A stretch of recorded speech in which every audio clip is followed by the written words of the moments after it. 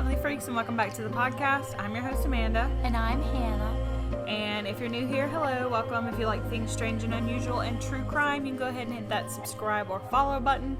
You can also head down to the description and you will see a link which has our social media, Instagram, Facebook, all that jazz. And all that jazz.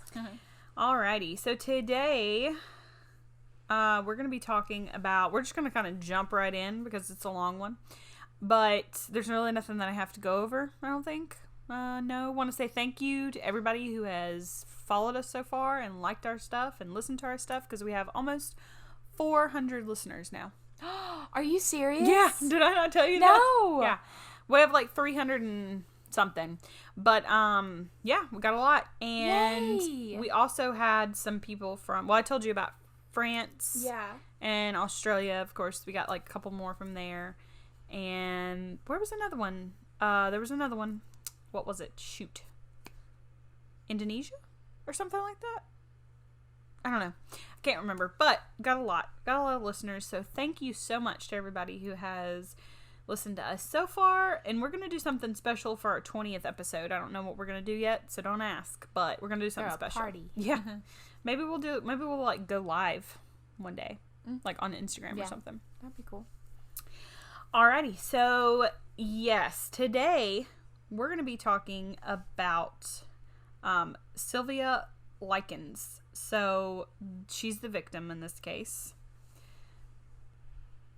And the evil spawn of Satan is Gertrude Benezowski. I believe that's how you say her last name. So we're going to talk about Gertrude first. She's actually she's not the only one that contributes to this girl dying, but we're going to start with her and kind of her background and everything, and we're going to go from there. So, Gertrude what'd I say? Benezowski? Or something like that. Yeah. You probably are butchering it. Sorry, guys. It's cool. She was born September 19th, 1929 in Indianapolis, Indiana. Sorry about that. It's a computer. Yeah. She was one of 6 brothers and sisters. We don't really know much about her childhood except for her family was kind of like a working class family. Her and her mother didn't really like get along, but she was super close with her dad. Mm-hmm. At age 11 though, however, she saw her dad kind of have like a massive heart attack in front of her and died. Mm-hmm. So that was kind of traumatizing. Bad. And at 16, she dropped out of high school and she married John Benezowski, who was 18 at the time, and he was also a deputy.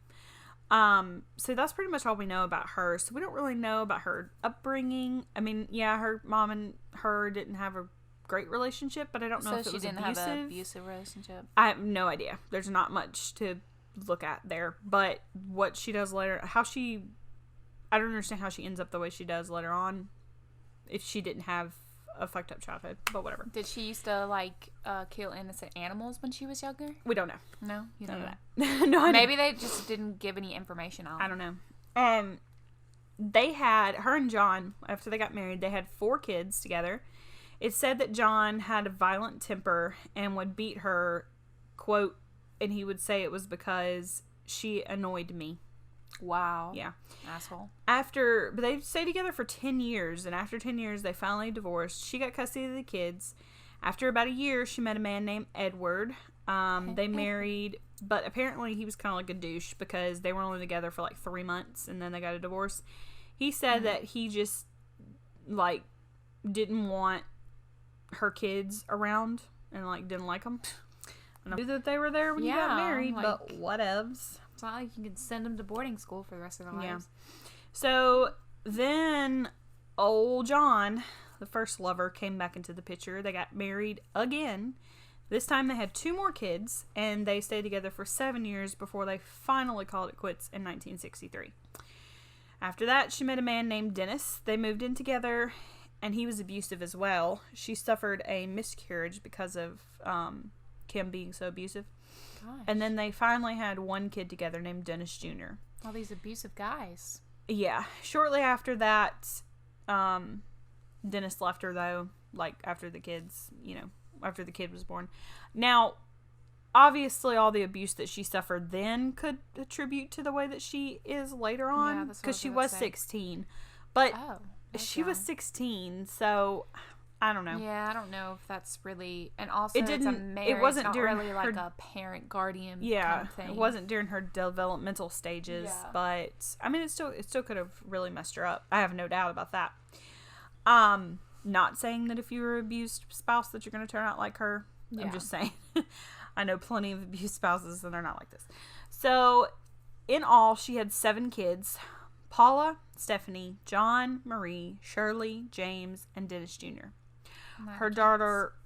Huh? I said a lot of kids. Yeah. Her daughter, Paula, became pregnant at 17, and the family was, like, already struggling by then, and it just kind of made it worse. Put, like, a strain. Gertrude's health was not the best in the world also. She was underweight, she had bad hygiene, and she had a lot of underlying illnesses, and she relied heavily on her ex-husband John for child support to pay the bills and kind of like make it. So now let's talk a little bit about the victim, Sylvia Likens. Because the things that happened to this poor girl are like super awful. So Sylvia was born January 3rd, 1949 in Lebanon. Got Lebanon. It. I always like sound out before I say, and I sound it out in my head. I mean, out loud. Anyways, Lebanon, Indiana. So all these people are from Indiana. Her parents were actually carnival workers, and they kind of struggled to make ends meet. I thought you were going to say carnivores. Carnivores, yeah. Okay. Cannibals. No, they were carnival workers. They also had 5 kids altogether. So when Sylvia was a teen, she actually worked like different jobs. She'd babysit, things like that, to kind of make like help out with her parents. Like she'd give her parents money. Sylvia's mom was arrested for shoplifting at one point, which kind of made things worse at home. And at this point, her dad kind of had to like find somewhere for the 2 youngest to go, because the oldest daughter was out of the house and she was either in the process of getting married or was married. The 2 sons, he was going to take traveling with him to the carnival so that way they could kind of help and make more money. And so they needed somewhere for Jenny and Sylvia to go. Jenny was 15 and Sylvia was 16. Jenny also was disabled. She had braces on her legs. So July 1965, Gertrude's daughter Paula gets introduced to Sylvia and Jenny. They're kind of like a mutual friend. The girls end up going over to Gertrude or Benezowski, whatever, their house. They end up going over there and they hang out for a while. Well, eventually, like, the dad goes to kind of like look for them, you know, and finds them over there. And Mr. Likens and Gertrude start talking. So he kind of tells her about his troubles and circumstances that he's going through. At some point, someone, we're not sure which one, mentioned something about the girls staying there. They are, like I said, 16 and 15, and the youngest, Jenny, like I said, has braces. She got braces on her legs from polio, by the way. Okay. So Sylvia, like, never wanted to leave her little sister anywhere or, like, leave her alone by herself. She always wanted to be around her. So that's kind of another reason why she didn't want to go to the carnival and just leave her there with these people. Yeah. So they worked out a deal. He would pay Miss Gertrude $20 a week to watch them, and they agreed on it. However, if Mr. Likens would have actually like inspected the house and all that, he would have realized that the conditions were not suitable for children of any kind, let alone the ones that were actually living there. So there weren't enough beds. They didn't have a stove. They didn't have a microwave. There was dirt like everywhere. The only things that were in the pantry were bread and crackers. There were no plates or utensils to eat on except for like maybe 5 or 6. Yeah. And I guess he didn't like go through the house and inspect. He was just in like the I was about to foyer. say that. Why didn't he go He was probably just in the living room, you know. Yeah. But still, if you're going to leave your kid. Yeah, I mean, my kids don't stay with anybody that I don't really know. Yeah. So, yeah. So, but this is back in the day. And like I said, he was struggling, so he just needed to, like... He knew that the girls had already been hanging out there, kind of. I think they'd been hanging out there for a few days, maybe like a week. Not all, the whole time, but, you know, during the day after school. So he probably thought, okay, they're all friends, you know, this will be fun. So the first week of Sylvia and Jenny living with Gertrude's family seems to be going well. The girls helped out in the house, and they even went, like, to Sunday school. They all went to church together, blah, blah, blah. However, when the $20 payment didn't arrive, Gertrude was pretty angry and said, "I took care of you two bitches for nothing." She then told them to lay across the bed, pulled their pants down and their underwear, and spanked them with a belt. Like, pretty profusely, not just, like, a few slashes. And then one day, the kids all came home, and they said that the girls were stuffing their face at church. I don't know why this set her off, but whatever. The girls were stuffing their face with a lot of food at church, like after church when they're eating, you know? They're eating. She then, Gertrude, beat them with a paddle because she said that they ate too much. And she then makes Sylvia eat, like, a hot dog covered in, like, tons of different condiments. And, like, makes her, like, force feeds it to her. Then she throws it up, and she makes her eat that. Ew. Yeah. Are you serious? For some reason, though, the abuse kind of only happened to Sylvia. We're not really sure why. Some people said that it's because Paula was jealous because she was pretty. Some people said that Gertrude was jealous because she was pretty. She was a really beautiful girl. But you're jealous of your own daughter? No, it's not her daughter. Not the daughter. Yeah, not the daughter. I mean, a kid. That's what I'm saying. Yeah. You're jealous of a kid. Of your own kid. And then Paula, I mean, even if she was jealous of her, I don't understand, you know. They were about the same age. Yeah. She was, like, maybe 1 year older than her, 2 years older. So the girl's father did come back, and at some point their mother kind of, like, got out of jail too and was with the father. So he would come back every now and again, but the girls never mentioned anything about abuse. And probably because I think Gertrude might have told them, like, if you say anything, you know, I'll kill you or something. I don't know. So Probably. they didn't ever mention anything. Paula, like I said, she was jealous of her. And the first start of the torture begins when one day Gertrude overheard Sylvia talking to somebody, I'm not sure who it was, about how she had let a boy feel on her before. Like, fill her up. Yeah. Don't know if it was down there, boobs, whatever. But, you know, girls are just talking about sex and stuff. Yeah. Plus, she's 16. Which is the same age Gertrude was when she got married. So, whatever. Exactly. It's unclear as to what the truth actually was and if this actually happened at all. But something must have pissed Gertrude off. She started calling her a whore, and she then, her and her daughter, Paula, began kicking her in the crotch. Paula told her, "You're not fit to sit on these chairs." From then on, Sylvia had to ask permission if she could sit in a chair. What? Yeah. Gertrude would then let the other kids kick and punch her whenever they felt like it. Like the other kids in the... That is insane. In the house, yeah. She would also get any of the kids in the neighborhood who hated Sylvia to come over and just abuse her. Like, she was basically like the neighborhood's punching bag. Yeah. Like it's a dog fight or something? Strap your boots on, because this gets way more intense in this neighborhood. Like, fuck this neighborhood, okay? I don't know. Yeah, and whoever was from this neighborhood. If I was a kid and I had a neighbor that was like, "Hey, you want to come over and beat someone up?" I'd be like, Mom?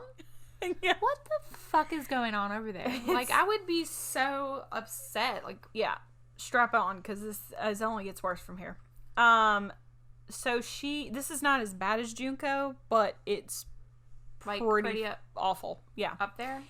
So she would tell, like I said, she would tell certain kids how she would get these kids over there also.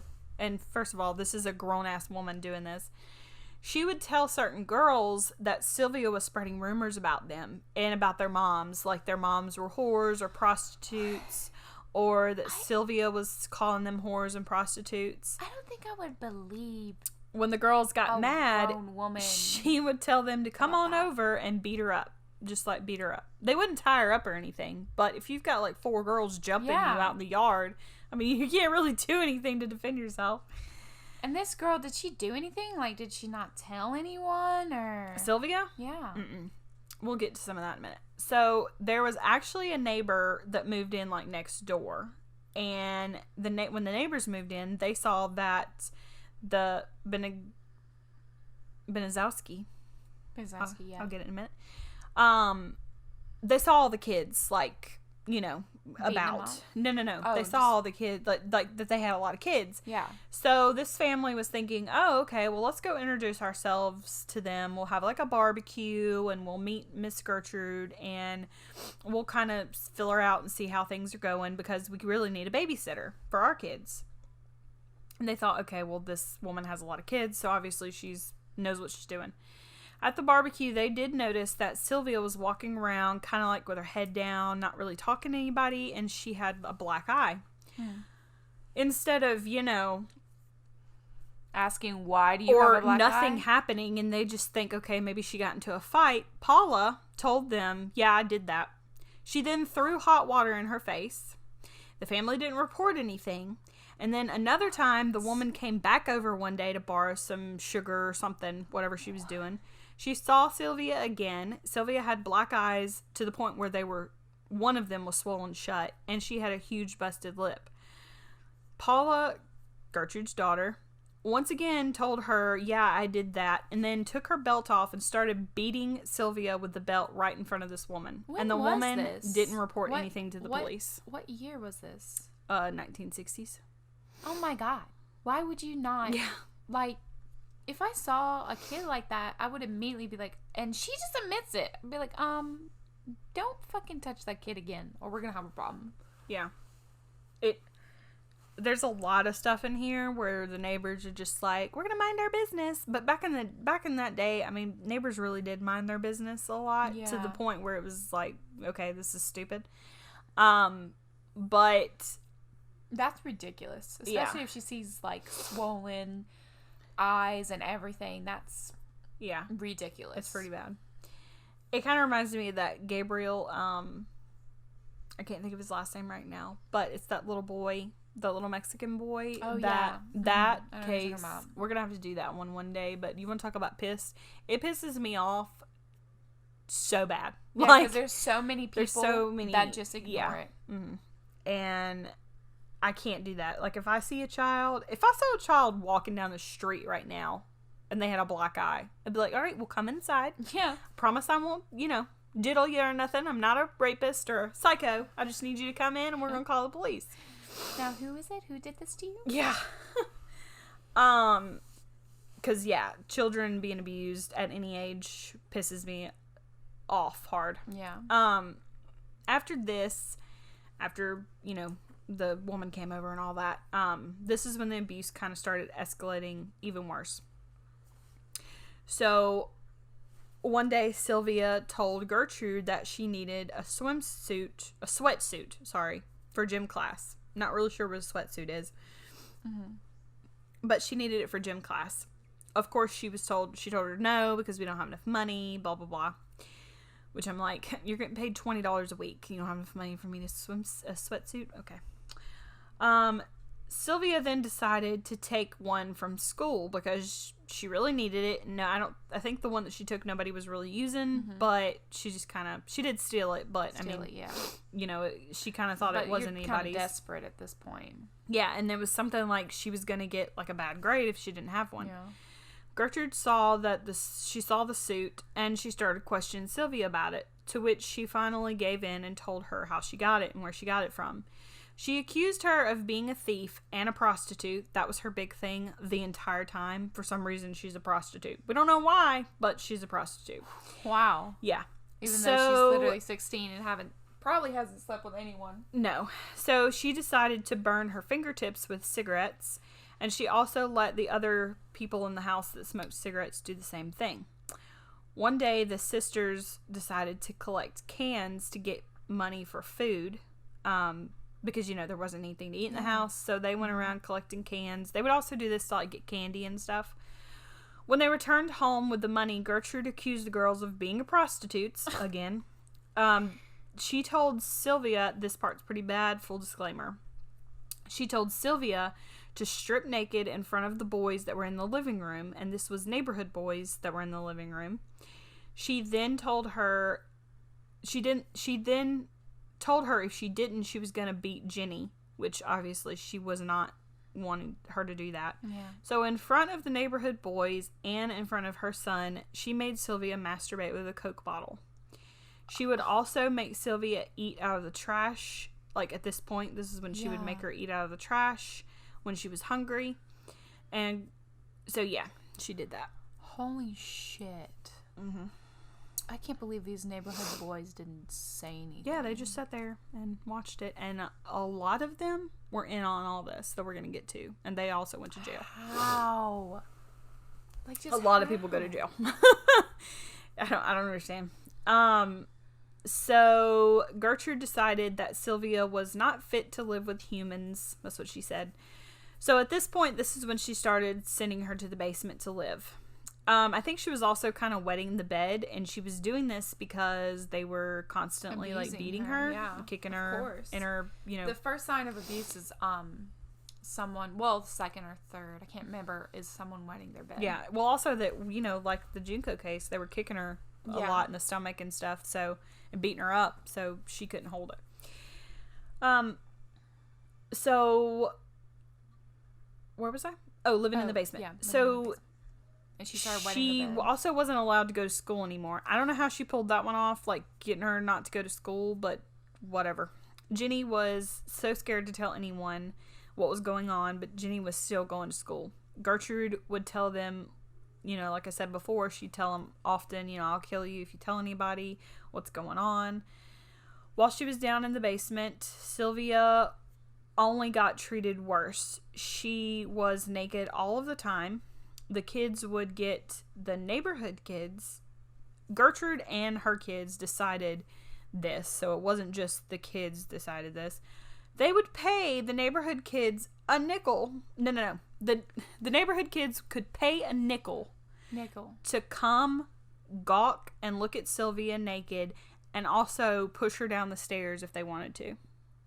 Basically, just like, she was just like a human punching doll. Yeah, well, kind of a prostitute, but yeah. Yeah, because also some of the boys in the neighborhood would be able to sexually assault her. She didn't get raped, boys are but like she 16, did get sexually right? assaulted. Some of these boys are 14, 15, 16, yeah. How? Isaac is fucking 12 years old, and they would be running to you like, Mom, you don't know what's going on next door. Yeah.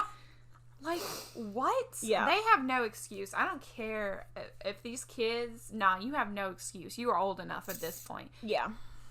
There was no bathroom in the basement, so at this point, they would bathe her and put her in scalding water with her ankles and her wrists tied. Paula would, for some reason, rub salt on her after she got out of the bathtub. I don't really know why. Maybe if she had wounds, it would hurt. And so it was like, torture or whatever. Sylvia was not getting fed much, and when she did, she was maybe getting fed like soup and stuff, and they wouldn't give her like a spoon or anything, or they'd tell her to eat with her fingers. She was also told to clean up. This part's nasty. She was also told that if she defecated or urinated in the basement, that she had to clean it up. If she was thirsty, she could drink her own pee, and if she was hungry, she had to eat her feces. Which she had to do a few times because she would either get beaten or clean it up that way. Which, there's not a bathroom, so where the hell else do you want her to use the bathroom? Like, exactly. She was also tied up for the majority of the time when she was in the basement. Around this time, Jenny actually tried to get word to her older sister, the one that I told you was married. Yeah. Her name was Diane. And she kind of wanted to tell her what was going on with Sylvia and that she needed to call the police. Her older sister was, like, she just thought that Jenny was being dramatic, and she was just displeased with how she was being punished. What? Yeah. Like, she told her what was going on, but she thought she was just making it up and being a drama queen. Why would a kid... Did she give her details about what's going on? I mean, I don't know. I guess. Why would a kid have details about that? That's no idea. Stupid.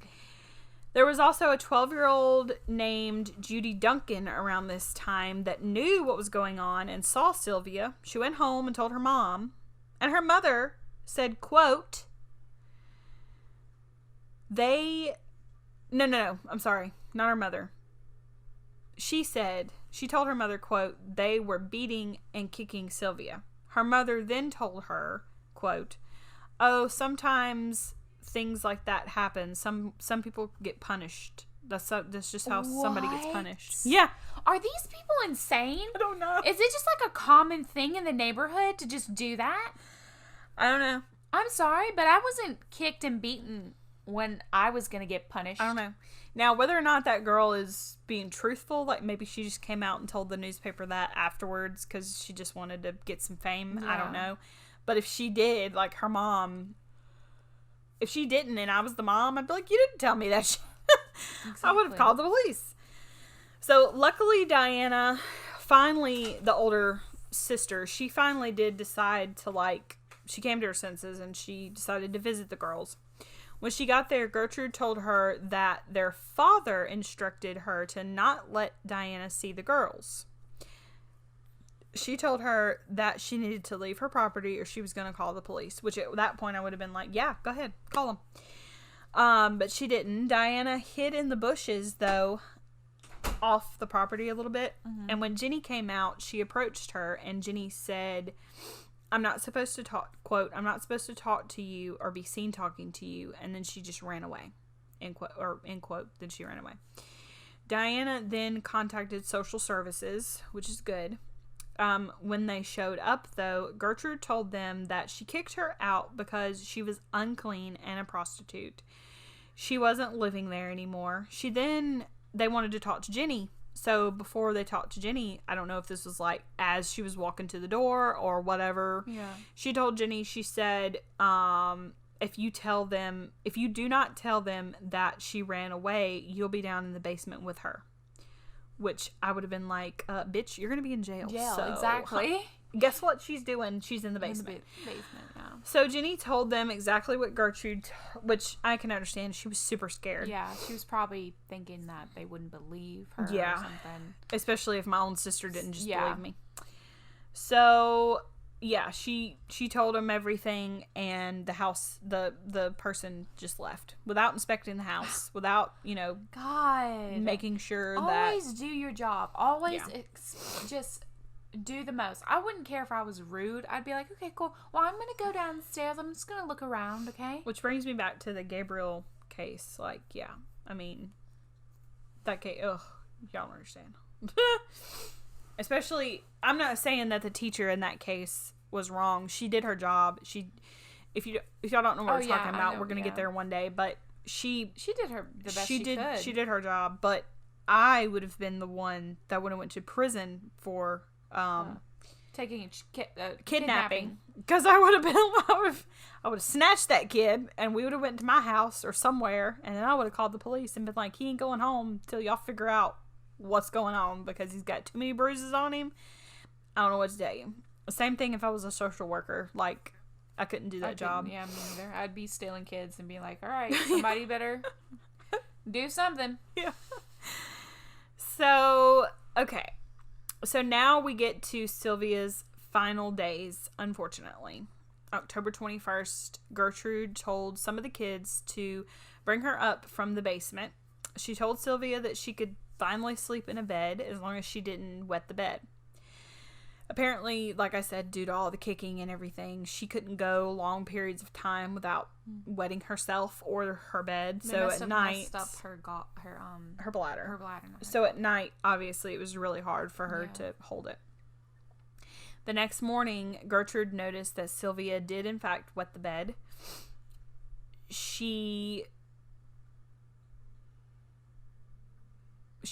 What? She wet the bed. Yeah. Right? Yeah. She wet the bed. Okay. So she's going to punish her. Obviously. She's going to punish her. She told her to do that same shit that she had to do the last time in front of the neighborhood boys. She stripped naked. And then her and some of the neighborhood boys participated with the Coke bottle, sexually assaulting her. After, when she got dressed, Gertrude decided that since Sylvia made up rumors about her daughter being a whore forever ago, which those rumors weren't even true, this woman is just really crazy. She would brand her. That's right. That's what I said. Brand her. Gertrude made one of the kids get a needle really hot, and they branded her. They were heating up the needle. Yeah. Like, they'd heat up the needle with just like a match and then write one letter. And then they'd heat up the needle again and write another letter. Oh my God. When they finished, what she had written on her was, "I am a prostitute and proud of it." That would have been taking a long time to do. Yeah. When Gertrude finally left the room, the other kids were still, like, wanting to torture her some more. So they decided to draw an S on her chest with the needle and, brand it. Are these kids in jail? We'll get there. Okay. So... Because they need to be. Yeah, so apparently they don't know how to spell because they ended up writing a 3 instead of an S. I don't know. Oh my God. That's how stupid they are. Yeah. Nah, we don't know what they were trying to write either. Like, I don't know if they were trying to write slut or what. I don't know. When she came back into the room, Gertrude said, quote, "What are you going to do now, Sylvia? You can't get married now. You can't undress in front of anyone. What are you going to do now?" To which Sylvia replied, quote, "I guess nothing. There's nothing I can do. It's on there." End quote. She was then taken back down to the basement. Her sister Jenny snuck down there in the middle of the night. Sylvia was weak and she was suffering from 3rd-degree burns from the letters that had been carved on her or branded on her. She told her sister, quote, "I'm not going to make it. I'm going to die. I can tell." End quote. The next morning, October 23rd, Gertrude made Sylvia write a letter to her parents telling her that, like, this is what the letter said. The letter said, "I went with a gang of boys in the middle of the night. They said that they would pay me if I would give them something. So I got in the car and I gave them all what they wanted. And when they got finished, they beat me up. They left sores all over my face and all over my body. And they also put on my stomach, 'I'm a prostitute and proud of it.' I have done just about everything that I could to just make Gertie," I guess they called her Gertie, "to make her mad and cause her more money than what she's got. I have tore up mattresses and I have peed on them as well. I have cost Gertie a lot of doctor bills and she really can't pay them, and made Gertie a nervous wreck and all of her kids." I can't believe this. She made her write that. So that way, if something happened to her, she could have an... Yeah. On October 24th, 24th, Gertrude tried to beat Sylvia to death with, like, several different objects. She kept, like, missing her. Like, she'd throw a chair at her, then she threw, like, I don't know, something else at her down in the basement, and she kept missing. I don't understand this woman. How can she be this evil? Like, I don't know. Don't get it. No idea. So instead, one of the neighborhood boys, like, stepped in, or one of the boys that had been helping them this whole time, stepped in and beat Sylvia with a broomstick till she was unconscious. Over the course of that night and into the morning of October 25th, Sylvia was actually beating the basement floor with the scoop part of a shovel. Yeah. Over and over again, she was screaming and trying to get anyone's attention that was outside. Later on, the neighbors would actually say that they did hear some things during the day and at night. But they decided not to get involved or call the police because it was nothing to do with them. Why? Yeah, I'm sorry, but if I hear somebody screaming at that apartment complex over here, I'm gonna call the freaking police and be like, "Hey, you need to check that out." Yeah. Damn. Also, Sylvia was trying to crawl up the steps, but every time she would crawl up them, Gertrude would just push her back down, and she kept hitting her head over and over. On October 26th, that morning, Gertrude told Stephanie and Ricky to bring Sylvia upstairs for a bath. When they put her into the tub, that's when they realized that she was not breathing. Stephanie performed CPR to try to get Sylvia back to life because, you know, they can't have her dead. And they realized that she was already dead. She'd probably been dead for like several hours at this point. Gertrude told the kids to strip her and put her in the basement. Then she told the neighborhood kid, Hobbs, which Hobbs was one of the boys that she got to like do a lot of the stuff. And it's rumored that maybe they had like a relationship, like Gertrude and Hobbs. He was 14, yeah. Ew. But he was like anything she told him to do. She probably could have said, stick this gun in your mouth, pull the trigger, and he would have done it. So I don't understand what that was about. But, yeah. So Hobbs went to a payphone nearby and called the police. When the police arrived, Gertrude gave them the letter, of course she did, and was telling them that she ran away, but we found her this morning in the basement naked, and we also found this letter. What? During all of the lying that she was doing, Jenny, however, was in the background with the police officer. She whispered in the police officer's ear, quote, "Get me out of here and I'll tell you everything." Thank you, Jenny. Yes. Yeah. I was about to be like, yeah, you better... I was about to literally say that. Like, I was like, you better say, hey, get me out of here and I'll tell you everything. Yeah.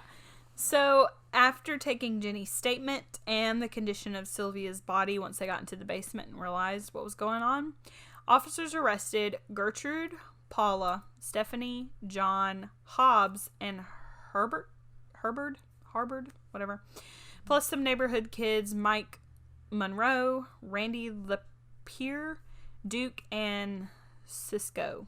I think that's how they say that. Cisco. The autopsy would turn up that Sylvia had over 100 cigarette burns on her body. Damn. Various second and third degree burns on her body as well, not including the ones that where she was carved. Stitched, yeah. Several bruises, muscle and nerve damage. Her lip was like bit off almost to the point. Well, it was almost bit off. Yeah. And the coroner suspected that that's from all the pain that she was in. She was biting her lip so hard. Her fingernails were bent backwards, and she was missing some of the top layer of her skin on her face and her neck and knees. I'm not sure. I don't know if that's from when she kept getting pushed down the stairs or what. Her vaginal cavity was very swollen, almost shut. However, her hymen was still intact. So later on, that was going to disprove, because devil bitch's thing, Gertrude, was that she was a prostitute, she was a whore, she was unclean, she was bringing this filth into my house. Well, she was her a virgin. Hymen's not even fucking broken. Dumbass. So good job. And even if she wasn't, let's say she was, I mean, even she had to be treated I know like that. Yeah, even if she was a prostitute, that doesn't mean anything. If she was a sex worker, whatever. What the fuck but is your problem? Just saying, that will disprove her bullshit in court later. Yeah. She was just a liar. Yeah, it was proven though. Crazy. She was sexually assaulted, but not in the form of rape, I guess you could say. But she was definitely sexually assaulted. I didn't want anybody to think that didn't happen just because. Yeah, because of the bottle, it was probably not. It was not long enough. Yeah, long enough. That's what I was thinking. The official cause of death was brain swelling, internal hemorrhaging of the brain, and shock. Man. So, trial began May 1966. The prosecution was seeking the death penalty for all of the people involved. Yes. Even including John and Hobbs, who were 13 and 14 at the time. Yeah, a 13-year-old. Her son, John. Wow. That would be like Isaac. Yeah. Beat the shit out of him. I'd be like, no, he'd go to jail. Yeah. For life. For life. Okay. Go ahead. Take him. Because if he comes home, yeah, I'm going to beat his ass every day. Just like how he did with her. So, Paula's court proceedings were interrupted when she had to give birth. Yes, that's right. I said that. She was pregnant the entire time that she was doing this to this girl. Really? Yeah, she was pregnant. I'm not sure where her first child was, because, I said she had a baby when she was 17. Not sure where that kid was, but she was pregnant while she was torturing this girl. Mm-hmm. Wow. Paula named her child Gertrude after her mother. Oh, ooh. I even wrote ooh right there. Ew.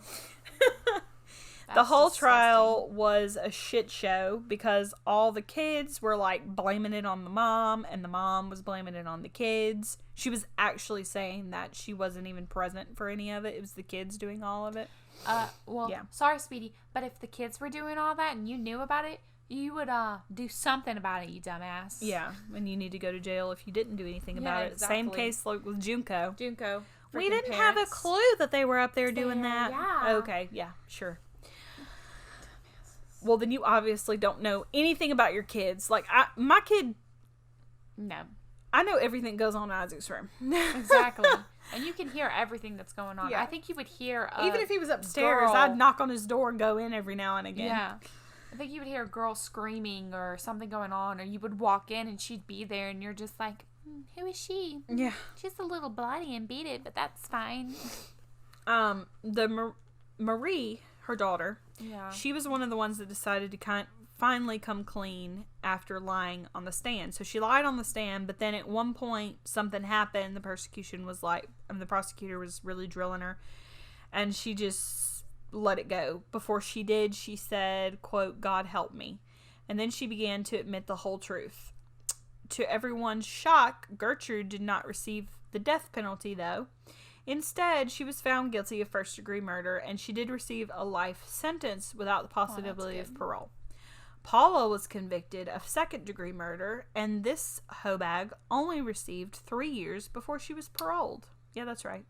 Wow. Stephanie's charges were dropped. There wasn't enough evidence to prove that she was like there or anything like that. Plus, she did testify against her family in court. Damn. Still don't think it should have been dropped, but whatever. Hobbs, Coy, and John were charged. Some of those were like neighborhood kids. Some of them were her kids. They were charged and convicted of voluntary manslaughter and sentenced to 18 months in juvie because they were young. However, when Hobbs finally did get out, he kind of realized what he had done, and he suffered like a nervous breakdown. He also started chain smoking, and he died of lung cancer at 21. Hate it for you. I don't know what to tell you. Sucks for you.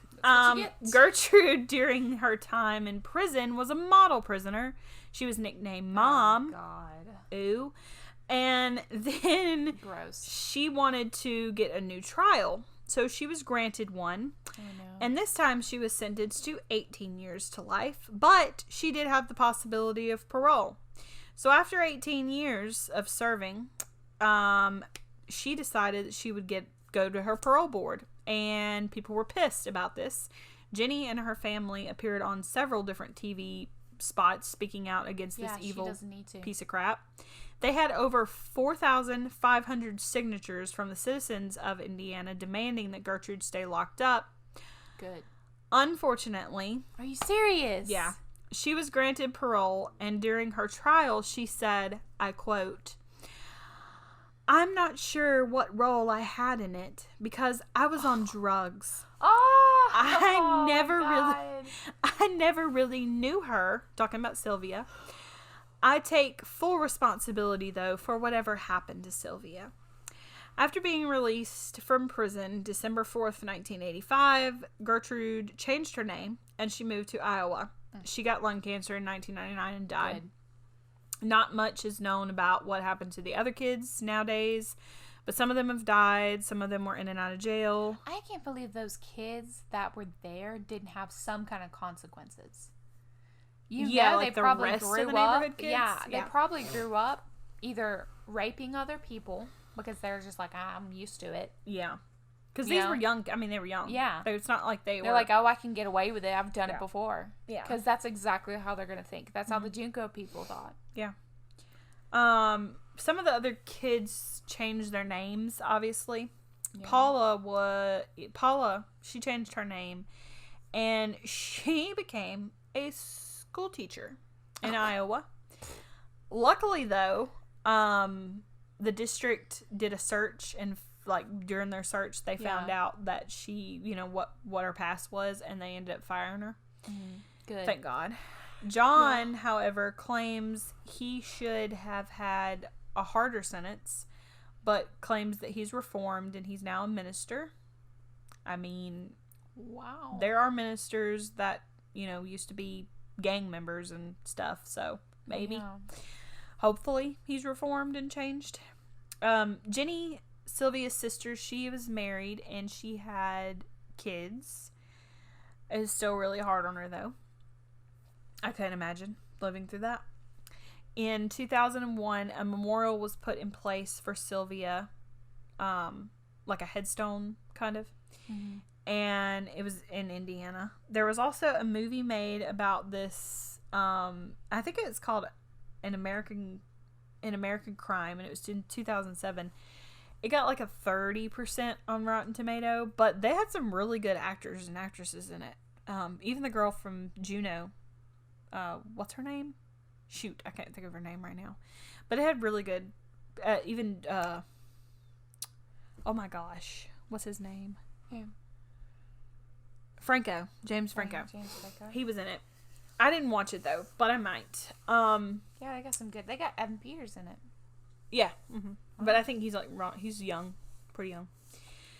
So yeah, that is the story of Sylvia Likens, and it's an awful one, but I wanted to tell this story because I wanted to put an awareness out there that if you know of anyone that's being abused in any way, I don't care if it's verbal abuse, especially a child, verbal, physical, whatever, say something. You know, if it's an adult, you need to ask them if they need help, and you really need to talk to them, because adults, you know, domestic abuse, it's really hard to get out of. I know that for some people, but also children don't have a voice as far as, you know, they think that they can't say anything. Because that's all they've known. Yeah. So they think that's their whole world. They're not allowed to do that. Yeah, and with this one, I mean, with Jenny, I can understand her hesitant because she was she actually did ask a lot of different people, or she got a lot of different people to be involved, and they didn't do anything. They didn't do anything.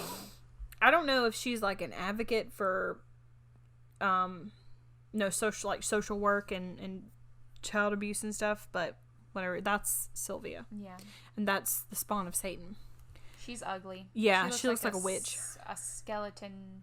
She looks like a witch. She looks like that movie Hansel and Gretel. Yeah. You know that new movie Hansel and Gretel? Have you seen it? I don't know. Yeah, that movie, yeah. Yeah, she looks like the witch in that. And then Paula, go back. Oh wait, there's Paula. That's Paula? Yeah. She looks like she would do stuff like that. Yeah, honestly. She looks like that's her older when she was a school teacher. Can't believe she tried to do that. Bitch, get out of here with that shit.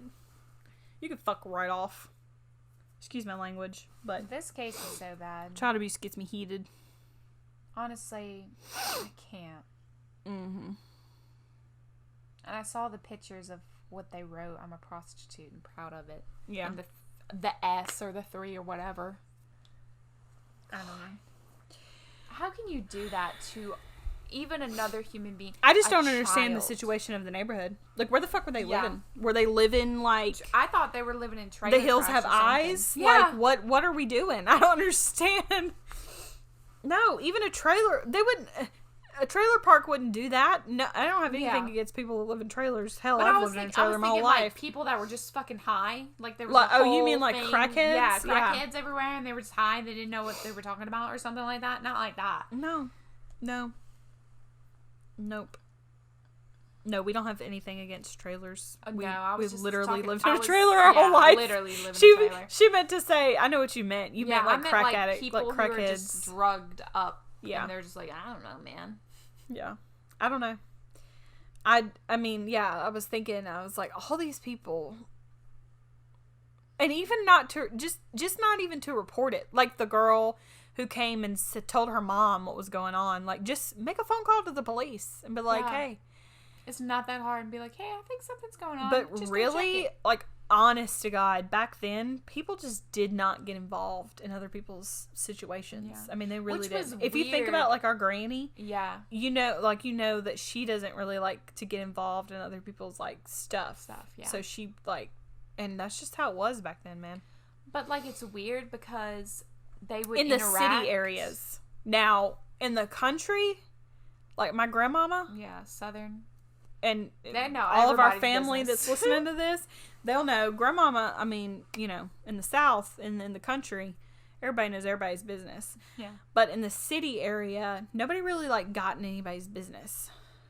But it's just funny because they would come over to neighbors' houses and bake pies and all this other stuff. And they were more interactive than we are now with neighbors. Yeah. Well, I mean, this woman came over to borrow some sugar or something. Yeah. And still was like, okay, bye. I'm going to get out of here. Bruises, but whatever. Oh my God, she's beating her with the belt. I got to go. Yeah. And I don't know, maybe she thought it was just kids fighting and this frail looking witch mom couldn't get up and do anything about it. Which, you know, whatever. Anyways. Yeah. But yes, that's the end. That's it. That's the story. So, we hope that you guys have a good night or a good day or whatever you're doing. Spring break's next week for us, so Yeah. woo-woo! So excited. I know I get to sleep late. I don't have to take the kids to school. Yes.